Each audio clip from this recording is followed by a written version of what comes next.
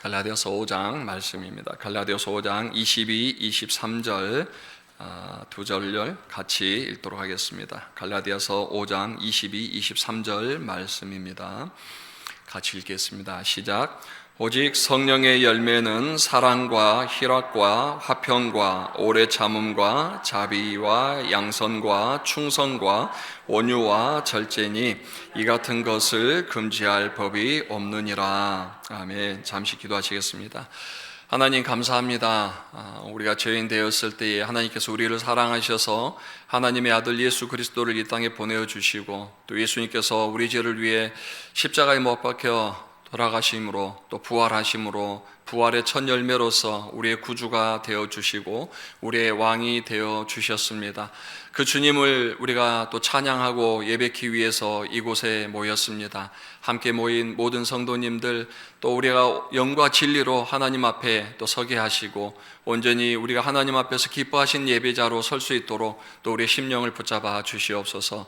어디에 있든지 하나님께서 우리의 예배를 받으심을 기억하게 하시고 이 시간 우리가 예배 드리는 이 시간이 온전히 주님 앞에서 하나님만 영광 받으시고 예수 그리스도만 또 자랑하고 복음만 전해지는 귀한 시간 되게 하여 주시옵소서. 감사하며 예수님의 이름으로 기도드렸습니다. 아멘. 지금도 하시죠? 예배 전에 성경을 들고 이것은 제 성경입니다 하시죠? 제 아내가 우리 교회에서 한번 했으면 계속 했으면 좋겠다고 하는데 천천히 할 계획인데요. 한 가지 제가 의문이 생겼어요. 요즘 성경책을 안 들고 다니시잖아요. 그러면 이것은 제 성경책입니다가 아니라 이것은 제 휴대폰입니다. 이제 그렇게 해야 되지 않을까. 그 성경책을 다 가지고 다녀야 이것은 제 성경책입니다 하는데 또 교회에 비치해 놓은 성경책을 보고 제 겁니다 할 수도 없는 거 아니겠습니까? 그래서 저희도 지금 자기 성경책 가지고 다니기 운동을 하고 있는데 여하튼 우리가 어떤 책으로든 어떤 모양으로든 그리스도인으로서의 기본적인 부분들은 또 충실하면 좋겠습니다. 저희가 성령의 열매에 대해서 계속 말씀을 전하고 있는데요. 같은 본문으로 10번 여러분은 말씀을 들으셔야 되는데 아마 그런 경험 처음이시죠? 저도 같은 본문으로 10번 설교하기는 처음입니다. 그렇지만 또 하나님의 특별한 말씀의 메시지가 있기 때문에 준비했는데요. 성령의 열매는 선택이 아니라 저항할 수 없는 성령의 능력으로 반드시 맺어야 할 하나님의 명령이라고 했습니다.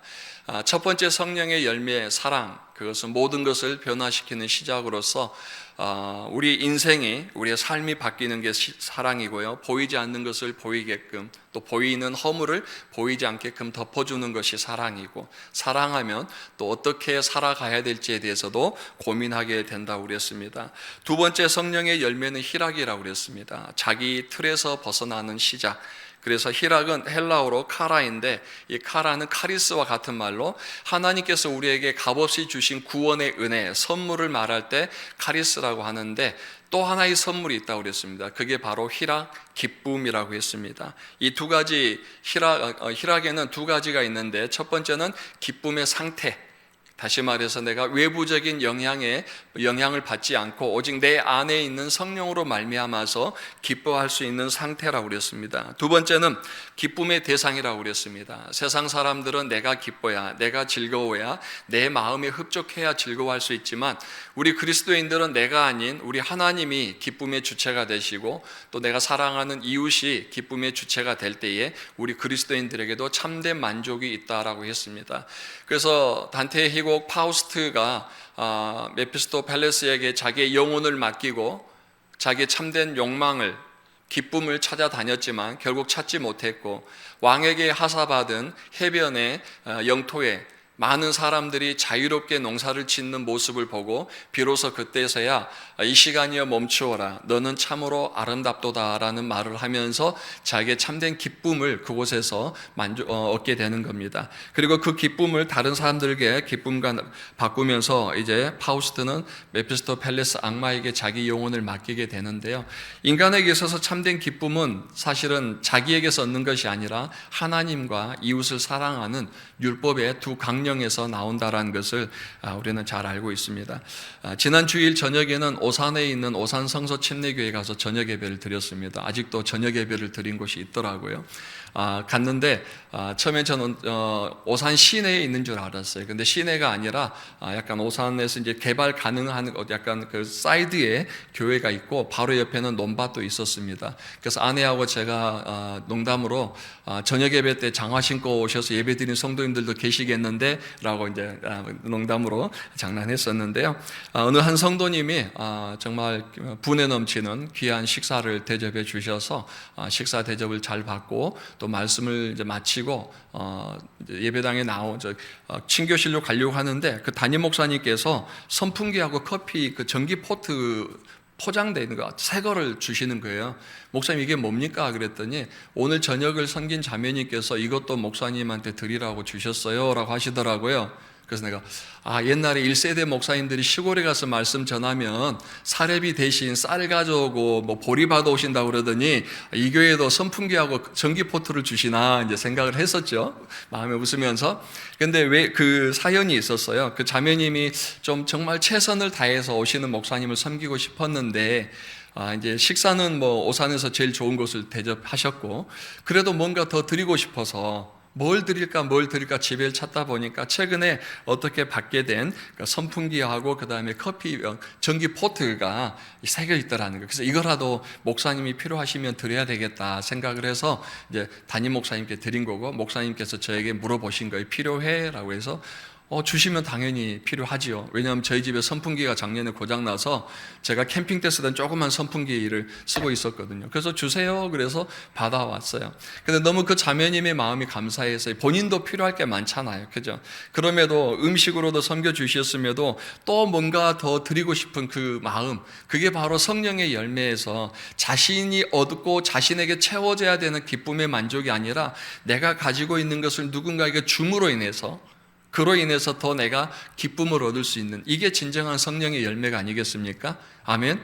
그래서 제가 뭐 굳이 성령의 열매 기쁨은 이 새삼교에서 안 해도 될 것 같아요. 워낙 성도님들이 잘 섬기고 계신 걸 제가 경험했고 지금도 체험하고 있고 또 많은 성도님들의 섬김에 대해서는 뭐 탁월하시기 때문에 모두가 기쁨의 성령의 열매를 잘 갖고 계시리라 믿습니다. 그러나 한편으로는 데살로니가 전서 5장 16에서 우리가 18절까지 암송한 것처럼 항상 기뻐하라, 쉬지 말고 기도하라, 범사에 감사하라, 이는 그리스도 예수 안에서 너희를 향하신 하나님의 뜻이라고 했잖아요.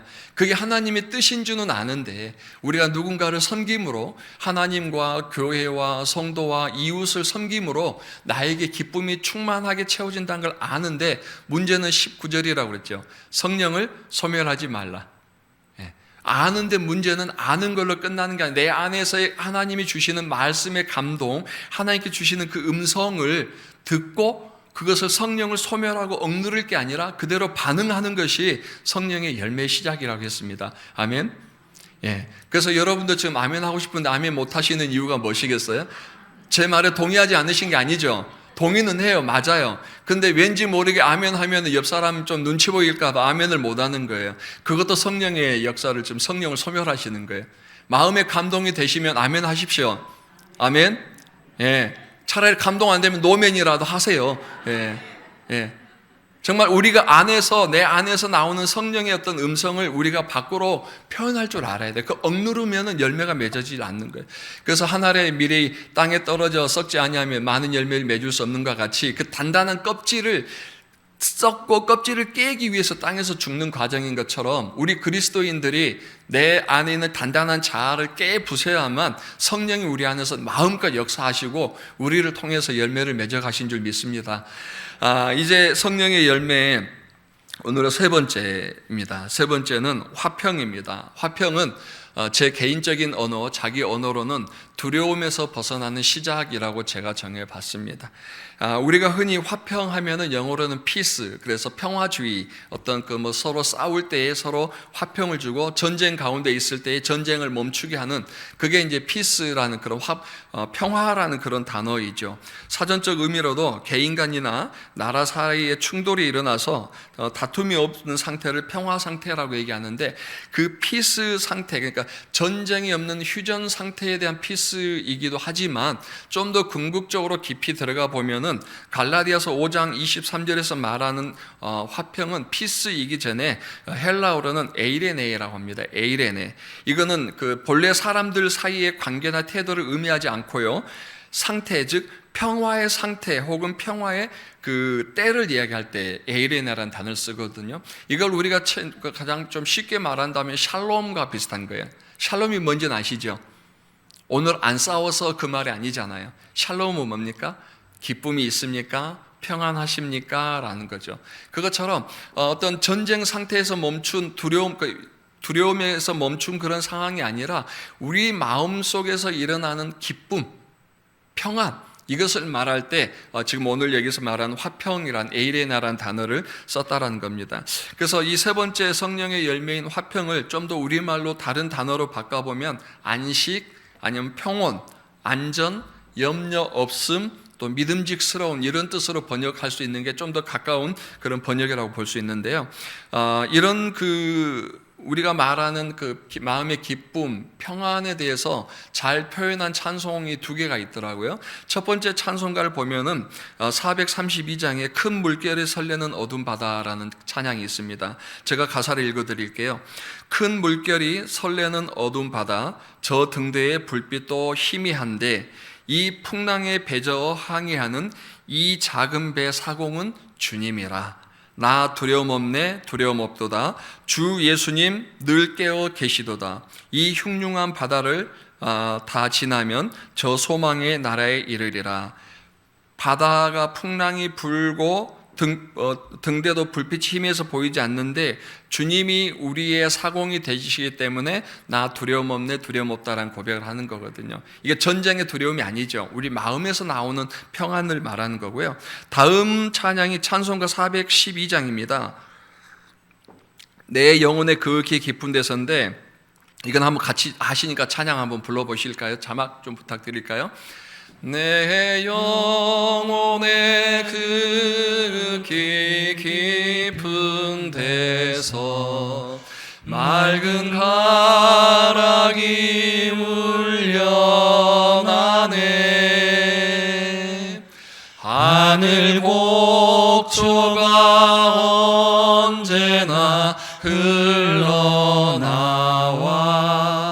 내 영혼을 고이 사네. 평화로다.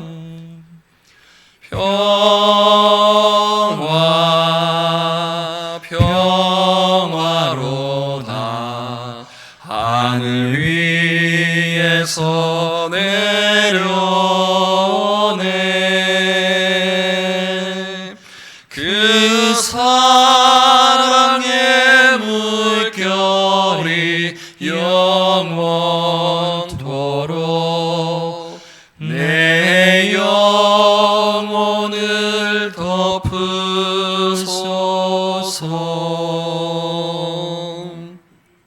너무 아름다운 찬양 아닙니까? 이 찬양이 우리의 고백이 되기를 소망합니다. 내 영혼의 그윽히 깊은 데서 맑은 가락이 울려나네.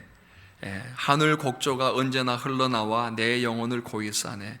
평화로다. 하늘 위에서 내려오네. 그 사랑의 물결이 영원토록 내 영혼을 덮으소서. 이것 또한 우리가 전쟁과 관련 없는 내 심령 가운데서 하늘로부터 내려오는 참된 평화가 우리 안에 있을 때에만 우리 안에 기쁨이 있다라는 겁니다. 다시 말해서 이 화평은 두려움에서 벗어나는 승리와 자유의 선포이기도 합니다.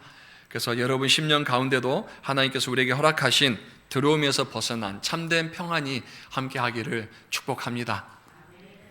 이 또 자기 의지와 힘이 아니라 성령의 능력으로만 가능한 게 이 그 화평인데요. 사람이 언제 두려움을 느끼고 이 두려움은 어디서 오는가? 두려움에 대해서는 두 가지가 있는데 첫 번째는 스스로 해결해야 할 두려움이 있어요. 스스로 해결을 해야 될 두려움. 어떤 거냐면 예를 들어보면 번지점프 여러분 혹시 떨어보신 분 있습니까? 네. 사다리를 타고 하늘로 50m 올라가서 그 다음에 몸에 그 탄력 줄을 연결하고 마지막 끝선에 딱 섭니다. 앞에 펼쳐진 광경은 얼마나 멋있을지 모르지만 발밑으로 떨어져야 될까만 생각하면은 정말 오금이 저리지 않습니까? 내가 왜 여기 왔나, 왜 이렇게 내 돈 주고 고생하나 생각할 수도 있고, 저도 사실은 제 돈 주고 하고 싶지 않아서 가본 적이 없습니다. 앞으로도 그럴 계획은 없고요.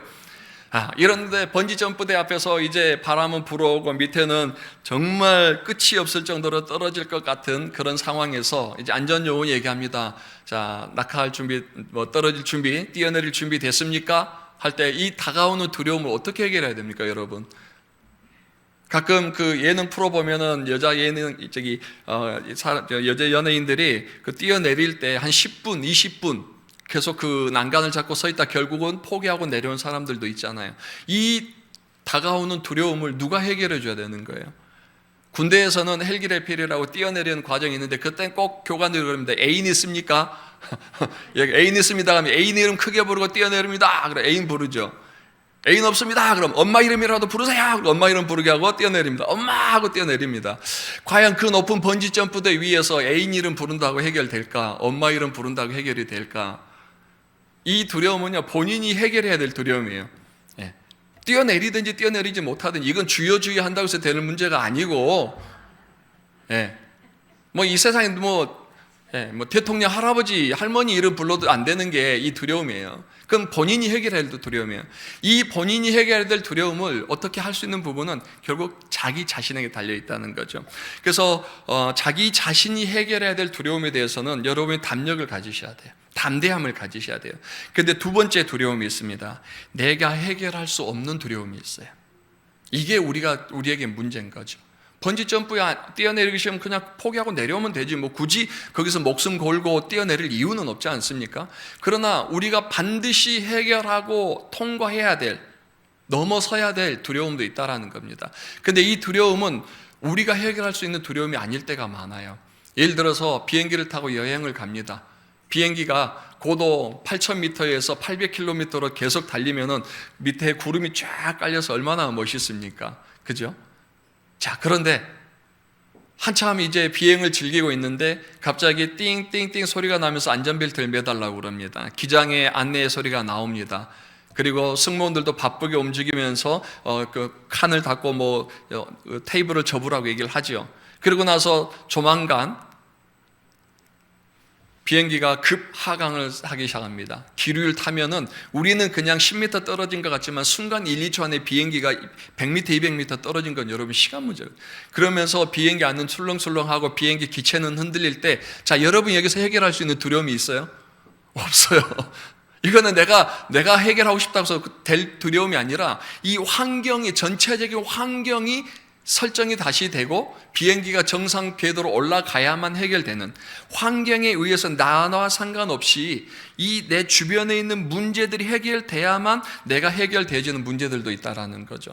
그러니까 내가 해결할 수 있는 두려움은 간단해요. 내가 담력을 가지고 나가면 되지만 내가 해결할 수 없는 이 두려움 앞에서 이 문제를 어떻게 해결해 나가야 되는가가 사실은 우리 그리스도인들이 풀어가야 될 그런 문제이기도 합니다.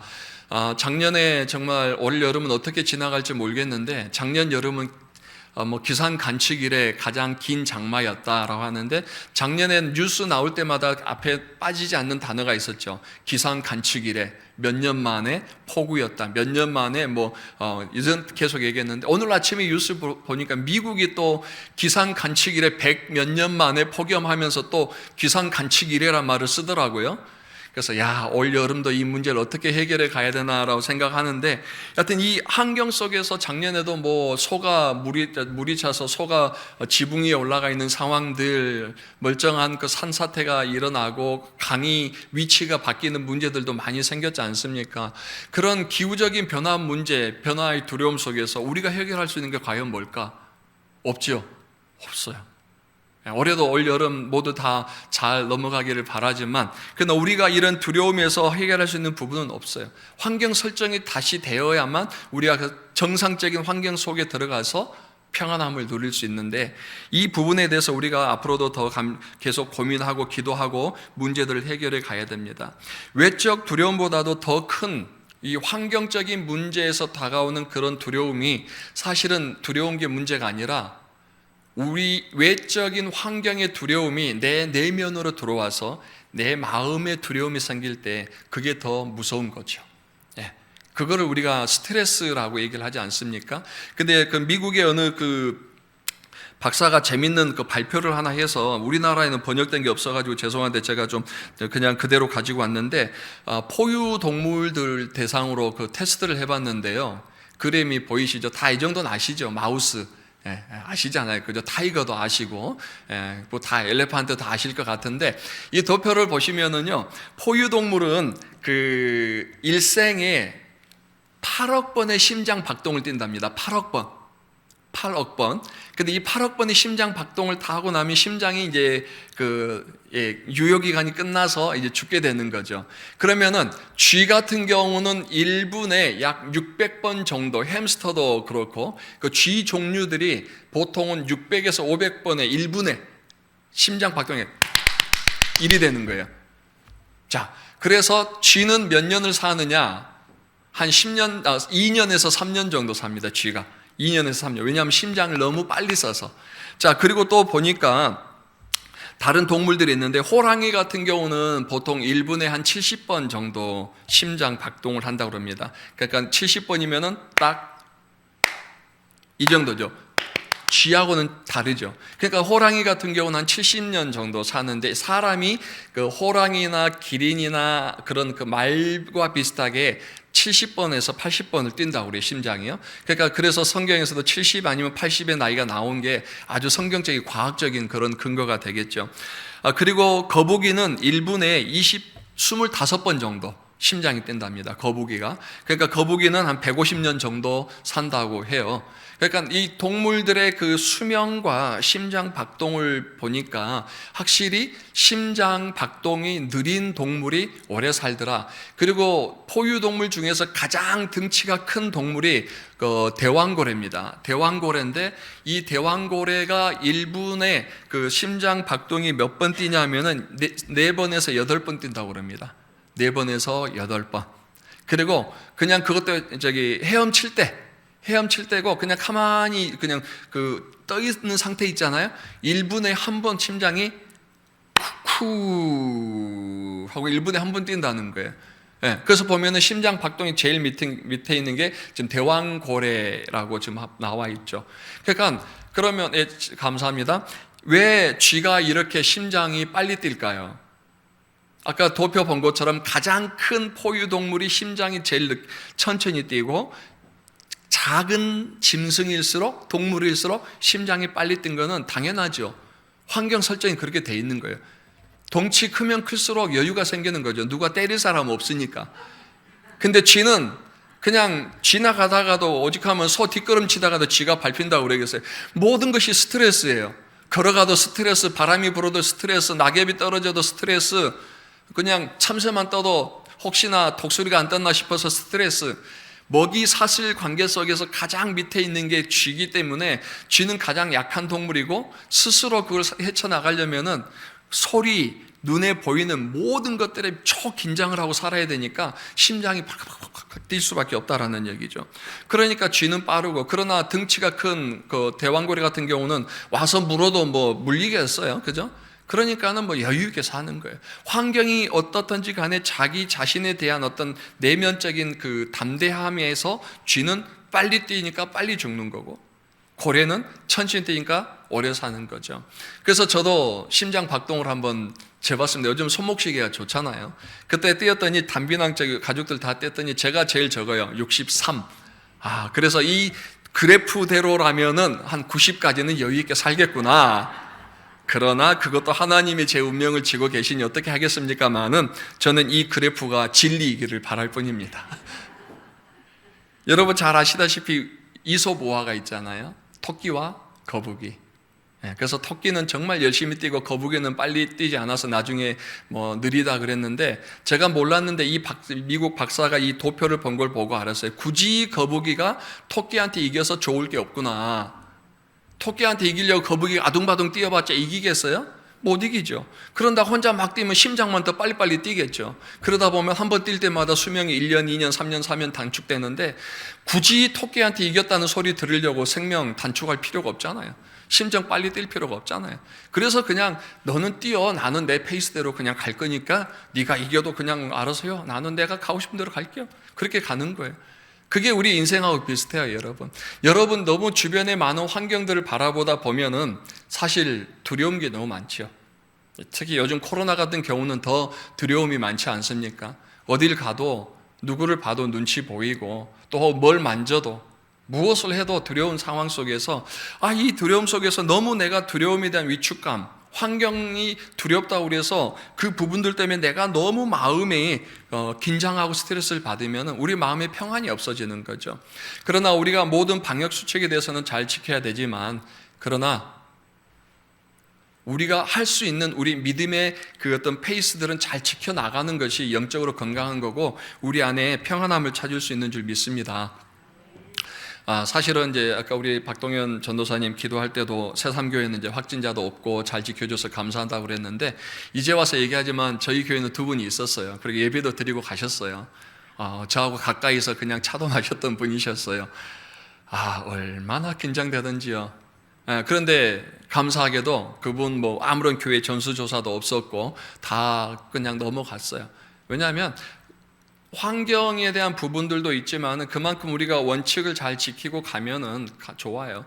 교회도 마찬가지고 어딘지 간에 방역수칙을 잘 지키고 가면 안전한 곳인데 좀 언론이 너무 교회에 대해서 부정적인 그런 메시지를 던지다 보니까 마치 교회 가면 자체가 감염 덩어리인 것처럼 얘기하지만 모든 것들이 순리대로 살아가면 괜찮습니다. 너무 두려워하지 마시고 또 새삼교회는 넓잖아요. 그죠? 저희 교회는 120석 되는데 요즘 한 70명, 80명 오다 보니까 제가 긴장이 바짝바짝 돼서 교회에도 컵이고 뭐고 다 없앴어요. 정수기에 컵도 없애고 그냥 개인 텀블러만 사용하시고 그 세모금 컵 한번 마시고 버리시고 예배 끝나고는 빨리 가시라고 해서 지금까지도 우리 교회 같은 경우도 안전하게 가고 있습니다만은 그렇다고 두려움 때문에 우리가 하나님 앞에 해야 될 걸 못해서는 안 된다라고 저는 생각합니다. 우리가 지킬 건 지켜야 되지만 그러나 작은 것 때문에 우리가 두려워서 하나님께 예배 드리는 것, 하나님 앞에서 우리가 헌신하는 부분들을 못한다면은 사탄이 우리를 딱 눈치채요. 그리스도인들이 이게 또 약점이구나. 그럼 앞으로 이걸 가지고 그리스도인들을 좌지우지 흔들어야 되겠다. 바이러스 때문에 우리가 흔들리면 또 내년에 더 큰 바이러스 오지 말한 법 없잖아요. 그죠? 그러니까 우리가 환경적인 부분 때문에 두려움이 우리의 믿음의 발걸음을 멈추게 해서는 안 되고 그걸 더 담대하게 나아갈 수 있고 평안 가운데 머물 수 있어야 된다는 것을 우리는 늘 고민하고 또 하나님 앞에서 성령의 열매를 맺어 가야 됩니다. 사람이 언제 가장 두려운가? 사실은 죽음 앞에서 두려운 것 같아요. 죽음이 다가올 때 아무리 평안한 사람도 죽음 앞에서는 담대하죠.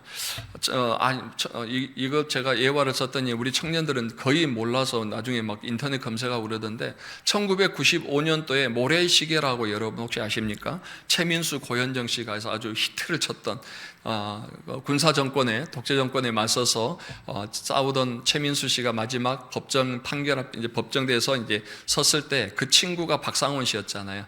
그래서 마지막 이제 최민수 씨에게 마지막 할 말이 있냐라고 했을 때 박상원 씨 친구가 다가가서 할 말 있으면 해 그랬더니 최민수 씨가 이런 말을 합니다.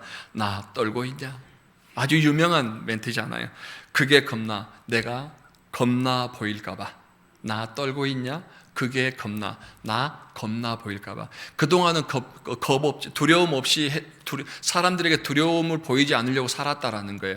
지금까지도 두려움 없고 다른 것에 겁이 없었는데 갑자기 마지막 판사의 사형 판결을 받고 나서 자신이 그 죽음 때문에 두려워하고 있는 모습을 다른 사람들이 볼까봐 그게 겁난다라고 말하면서 나 떨고 있냐라는 말을 하게 되는 거죠.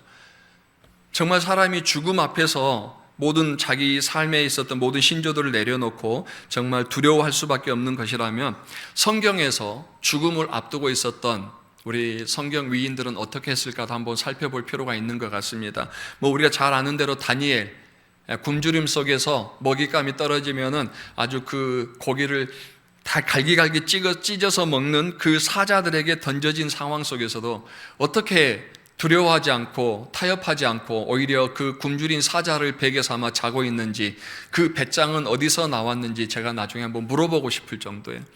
그 친구 사드락과 메삭 아벳느고도 그 강렬하게 타는 풀무불 속에 들어갈 때에도 두려워하지 않고 그렇게 불 속으로 들어갈 수 있었던 이유는 뭘까?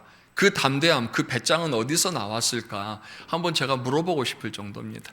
정말 천국 가면 물어보고 싶은 게 많아요. 극한 두려움 상황 속에서 두려워하지 않고 그것을 극복하고 평강을 되찾았던 사람들은 성경에 참 많습니다. 오늘은 제가 세 분만 소개를 해드리는데요. 첫 번째로는 사망의 음침한 골짜기로 다녔던 다윗입니다. 시편 23편 1절에서 6절 말씀 다 아시죠? 한번 같이 읽어보실까요? 시작. 여호와는 나의 목자시니 내가 부족함이 없으리로다. 그가 나를 푸른 풀밭에 누이시며 쉴만한 물가로 인도하시는도다. 내 영혼을 소생시키시고 자기 이름을 위하여 의의 길로 인도하시는도다. 내가 사망의 음침한 골짜기로 다닐지라도 해를 두려워하지 않을 것은 주께서 나와 함께 하심이라. 주의 지팡이와 막대기가 나를 안위하시나이다. 주께서 내 원수의 목전에서 내게 상을 차려주시고 기름을 내 머리에 부으셨으니 내 잔이 넘치나이다. 내 평생의 선하심과 인자하심이 반드시 나를 따르리니 내가 여호와의 집에 영원히 살리로다. 아멘. 다윗은 자기보다 몇 배 키가 큰 골리앗을 물리쳤던 사람입니다. 그 당대의 최고의 장수도 싸울 엄두를 못 냈고 왕도 싸우지 못해서 그냥 골리앗이 자신들이 믿는 하나님의 이름을 능멸하며 외쳐댈 때에도 누구도 돌멩이 하나 던지지 못한 상황에 소년 다윗이 물맷돌을 들고 가서 그 골리앗을 물리쳤던 사건. 그러면서 사울에게 말하지 않습니까? 내가 양을 칠 때에 사자가 와서 곰이 와서 내 양을 물어가면 끝까지 쫓아가서 그 살 한 점이라도 내가 다시 빼앗아 올 정도로 저는 담대합니다 라고 얘기를 했습니다. 그러면서 내가 믿는 하나님이 나를 반드시 지켜주실 것을 믿습니다 라는 고백을 하고 골리앗을 물리쳤죠. 그런 다윗도 한순간 삶의 두려움 속에 사로잡힐 때가 있었습니다. 장인으로부터 도망을 다니기 시작하죠. 결국은 이스라엘 땅에 도망갈 곳이 없어서 골리앗을 죽였던 블레셋 그 나라에 미친 척하고 침을 흘리면서 그곳에 잠입해 들어가 살기도 합니다. 얼마나 두려웠으면 골리앗을 때려 눕혔던 다윗이 침을 흘리면서 다른 나라에서 미친 척하며 살았겠습니까? 그런 다윗도 때로는 삶의 두려움 속에 있었지만 그러나 그가 한 가지 꺾이지 않는 것은 내가 사망의 음침한 골짜기를 다닐지라도 해를 두려워하지 않을 것은 뭐라고요? 주께서 나와 함께 하십니다. 내 평생에 선하심이 함께 하시기 때문에 내가 여호와의 집에 영원히 살리로라다.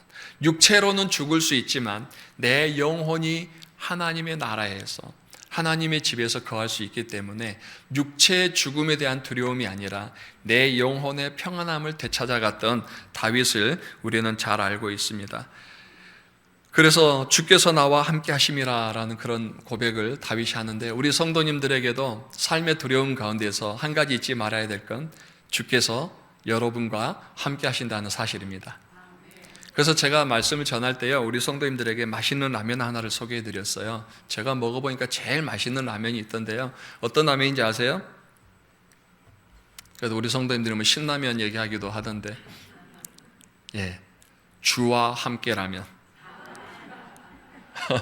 아멘. 예, 이 말씀을 전했더니 우리 성도님들이 집에 가서 라면을 끓여 드시고 인증샷을 찍어서 보내서 오늘도 주와 함께 라면 하나 추가요라고 하더라고요. 예. 정말 우리가요, 우리의 육체의 강건함을 위해서 또 우리의 영혼의 평안함을 위해서 우리가 잊어서는 안 되는 건 뭐냐면 주께서 나와 함께 하신다. 아멘. 주께서 저와 함께 하시고 여러분과 함께 하시고 사망의 음침한 골짜기를 다녀도 우리가 해를 두려워하지 않을 것은 주의 지팡이와 막대기가 나를 안위해 주시기 때문인 줄 믿습니다. 두 번째로요, 두려움 속에 있었던 사람들이 있습니다. 부활하신 주님을 만난 제자들이었습니다. 예수님께서 제자들에게 말씀을 하고 또 내가 다시 살아날 거라고 얘기했지만 제자들이 그 말씀을 믿질 못했잖아요. 그리고 예수님께서 십자가에 못 박혀 돌아가시고 이제 장사되었을 때 로마 군병들이 또 유대인들이 예수님 믿는 사람들을 찾아서 핍박하기 위해 혈안이 되어 있었습니다. 그래서 그들은 동네 돌아다니지도 못하고 마가의 다락방에 꽁꽁 문을 잠근 상태로 숨어 있었습니다.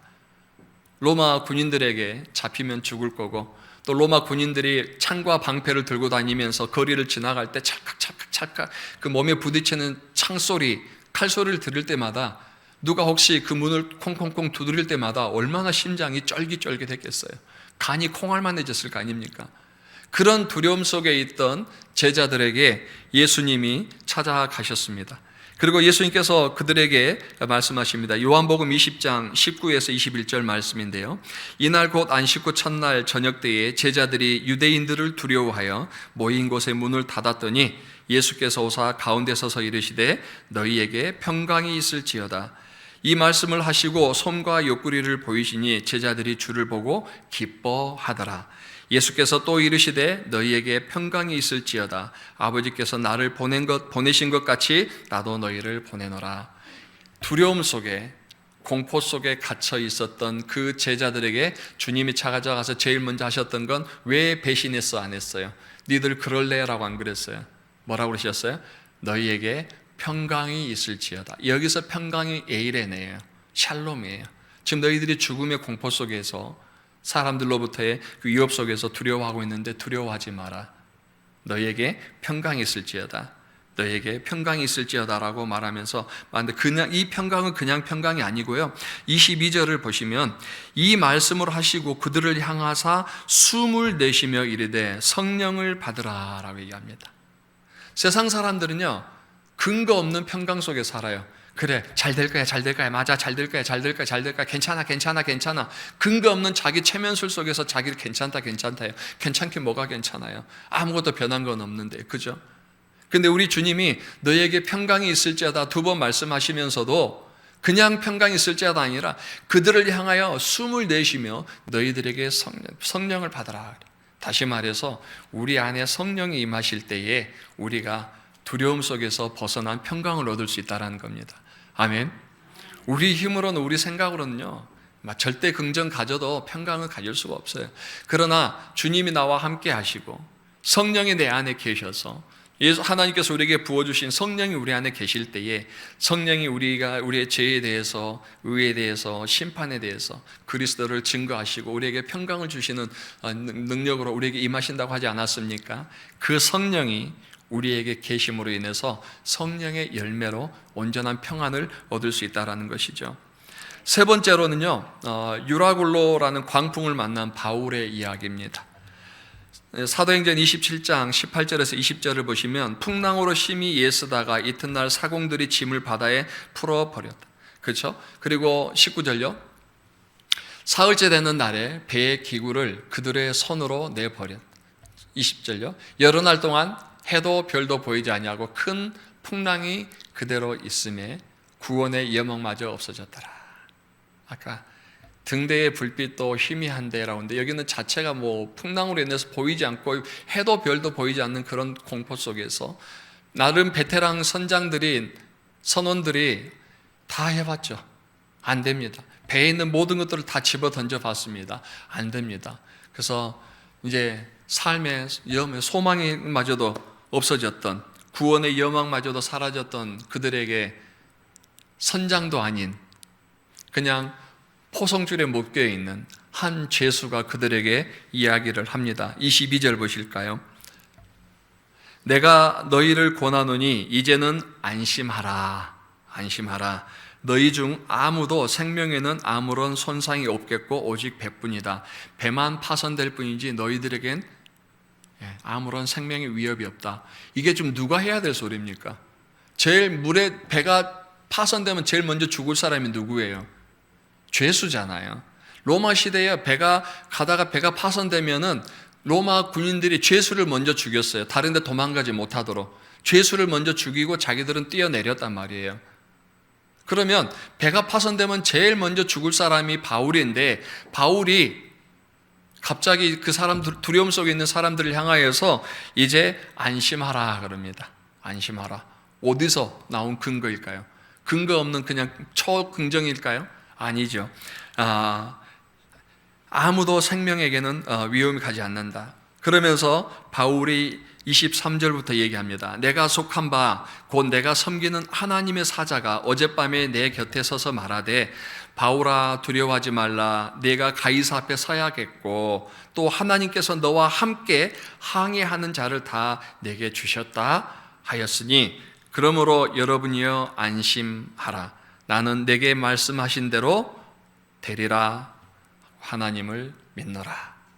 바울은 근거 없는 긍정의 마음이 아니라 자기와 함께 하신 하나님이 그렇게 말씀하셨으면 어떻게 돼요? 그렇게 되는 걸 믿는다라고 이야기를 하는 겁니다. 전문가도 모든 사람들이 다 포기하고 구원의 여망마저 사라진 가운데서 포성줄에 묶여있던 한 죄인이 그렇게 담대하게 마음의 평안함을 가질 수 있었던 이유가 하나님이 그렇게 말씀하셨으면 반드시 그렇게 된다라는 겁니다. 그럼 우리는 결론 났지 않습니까?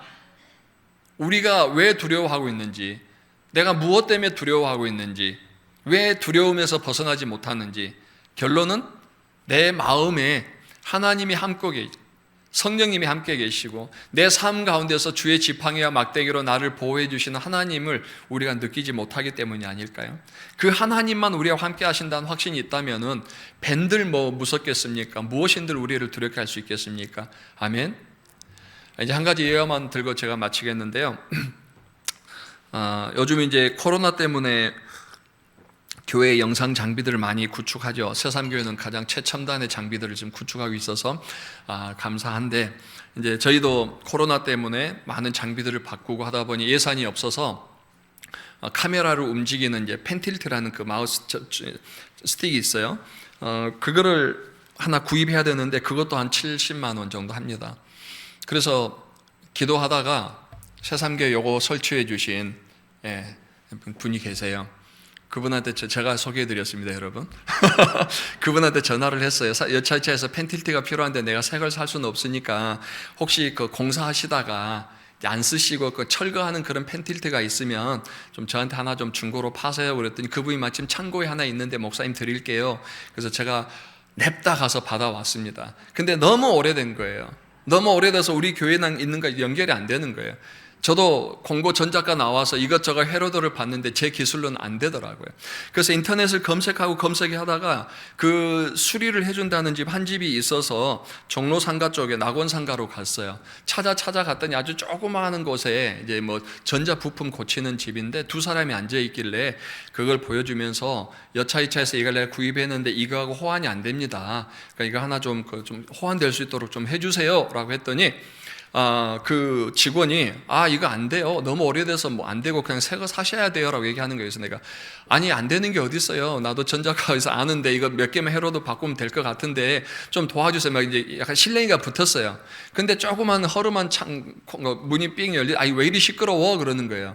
한 60에서 70대 되시는 어떤 분이 나오셔서 이제 왜 시끄럽냐고 그래서 제가 그분한테 다시 설명했어요. 여기서 이거를 오래전에 판매했다고 그러는데 이거 최신 그 기계와 이거 두 개 호환을 시켜달라는데 못 시켜준다고 그러잖아요. 그랬더니 그분이 다른 직원이 얘기를 하더라고요. 안 된다는데 자꾸 해달라고 하지 않습니까? 그래서 그분이 그랬어요. 그 나오신 사장님이 안녕하세요. 제가 여기 사장입니다. 그런 거예요. 조그만 구멍가게도 사장은 사장이잖아요. 그래서 그분이 그런 거예요. 저놈들은 저래서 안 돼요. 그런 거예요. 해볼 생각은 안 하고 무조건 안 된다고 한다는 거예요. 그러더니 들어오세요 그러더니 자기 방에 들어갔더니요 온갖 우리나라에 있는 전자제품 중고들은 다 싸놓은 것 같아요. 그러더니 저보고 이제 누구시냐고 제가 목사인데 사실 요즘 코로나 때문에 어렵고 그래서 이거 중고 하나 받았는데 이거 좀 연결하면 되는데 왜 안 됩니까? 그랬더니 그분이 잠시만요. 커피 한 잔 타주시고 그 다음에 그 컴퓨터를 켜더니 복잡한 그 전자부품 회로도를 찾으시더니 딱 보여주신 거예요. 목사님, 제가 이 펜틸트 만든 사람이고 이 회로도입니다. 그러더니 한번 볼까요? 그러더니 새로운 그 기존 회로도를 열고 두 개를 열더니 요거 두 개만 이렇게 바꿔서 선 연결하면 되겠네. 그러더니 그 직원한테 시켜서 납땜을 시켰어요. 근데 그분이 그런 거예요. 목사님, 이거 수리비가 좀 많이 나갈 것 같습니다. 그러더라고요. 그러니까 제가 오기가 생기잖아요. 지금까지 큰 소리 쳤는데 갑자기 수리비 많이 나간다고 하니까 얼만데요? 물어보기도 자존심 상하고 또 그냥 갈게요 하기도 자존심 상하고 그래서 아니, 수리비 얼마 됐든지 간에 일단 기계 고치는 게 우선이니까 고쳐주세요. 그랬어요. 그 기계를 다 고치고 작동하니까 다 되는 거예요. 근데 서울서 이제 겁이 나는 거죠. 괜히 큰 소리 쳤나? 배보다 배꼽이 비싼 건 아니야? 그래서 이제 사장님이 그런 거예요. 목사님 얼마 주실래요? 그런 거예요. 그래서 제가 어떻게 가격을 정하겠어요? 사장님이 정하세요. 그랬는데 말도 안 되는 가격을 불렀어요. 말도 안 되는 가격을.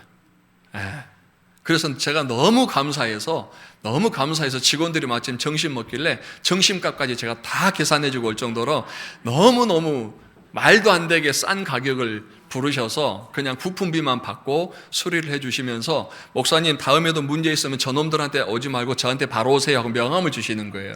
그래서 감사합니다. 그리고 너무 기뻐서 차를 타고 딱 오다가 제가 아이고야 그거네 뭐겠어요. 기계가 고장나면 원 설계자를 만나면 고장난 기계가 고장나고 인생이 고장나면 인생의 원 설계자이신 창조자를 만나면 해결되는구나. 아무리 무당 찾아가도 부처 찾아가도 의사 찾아가도 안 되는 문제들인데 그건 우리가 그동안 직원들 만났으니까 그런 거예요. 직원들 안 돼서 점심 먹으려고 배고파서 기다리는 직원들 만나서 안 된 거고 원 창조자, 원 설계자를 만드니까 안 되면 뜯어 고쳐서라도 되게 하는 것이 원 설계자잖아요. 그죠? 여러분, 하나님이 우리 인생의 설계자 아니신가요? 하나님이 우리 인생을 계획하셨고 우리를 만드셨고 고장나면 가장 먼저 고칠 수 있는, 가장 탁월하게 고칠 수 있는 분이 우리 하나님 아니신가요? 또 아멘 소리 작아지네요. 아멘? 아멘 크게 한 사람만 100세까지 사실 줄 믿습니다. 왜냐하면 하나님이 고쳐주실 거니까. 하나님마저 의심하면 안 되잖아요, 여러분. 아멘?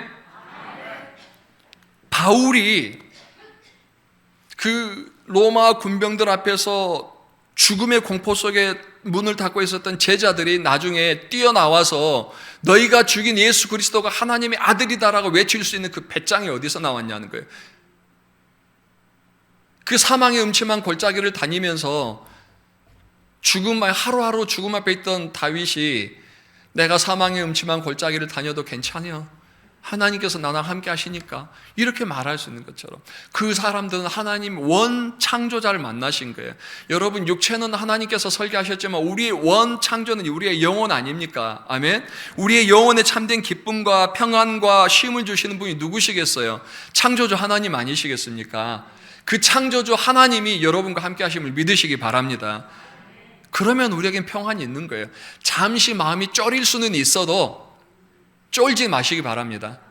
바로 하나님을 바라보시고 사망의 음침한 골짜기에서 그 강한 유라굴라의 광풍 속에서 매일매일 죽음의 위협 속에서도 나와 함께 하시는 주님이 오늘 나와 함께 하시고 그 주님이 오늘 또 나를 지켜주실 줄 믿고 환경이 어떻게 변하고 환경이 어떤 두려움 속에 있든지 간에 성령의 세 번째 열매인 화평, 두려움에서 벗어나는 열매를 맺을 수 있는 성도님들이 되시기를 주님의 이름으로 축복합니다. 기도하시겠습니다. 살아계신 아버지 하나님 감사합니다. 또 성령의 세 번째 열매인 화평에 대해서 제가 주님께서 주신 말씀을 받았습니다. 하나님, 우리 안에 두려움이 있고 또한 우리 환경들이 참 구원의 여명마저도 사라지고 어떻게 헤쳐나가야 될지 모르겠고 정말 모든 것들이 꽉 막혀있는 두려움 속에 있다 할지라도 하나님이 나와 함께 하심, 창조주 하나님이 나를 바라보고 계시고 나를 도와주고 계신다는 그 사실을 믿고 우리 마음에 참된 평안을 가질 수 있도록 도와주시옵소서. 세상이 주는 평안이 아니라고 그랬습니다. 오직 주님께서 주신 평안만이 우리 삶의 모든 두려움에서부터 벗어나게 하실 줄 믿습니다. 하나님, 여기 함께 기도한 성도님들에게 주께서 위로하여 주시고 주께서 더 확신을 더하여 주시고 창조주 하나님이 너와 함께하고 있음을 반드시 인식하며 확신하며 살아감으로 한 주간도 주님께 주시는 참된 평안 가운데 살아갈 수 있도록 도와주시옵소서. 감사하며 예수님의 이름으로 기도드렸습니다. 아멘.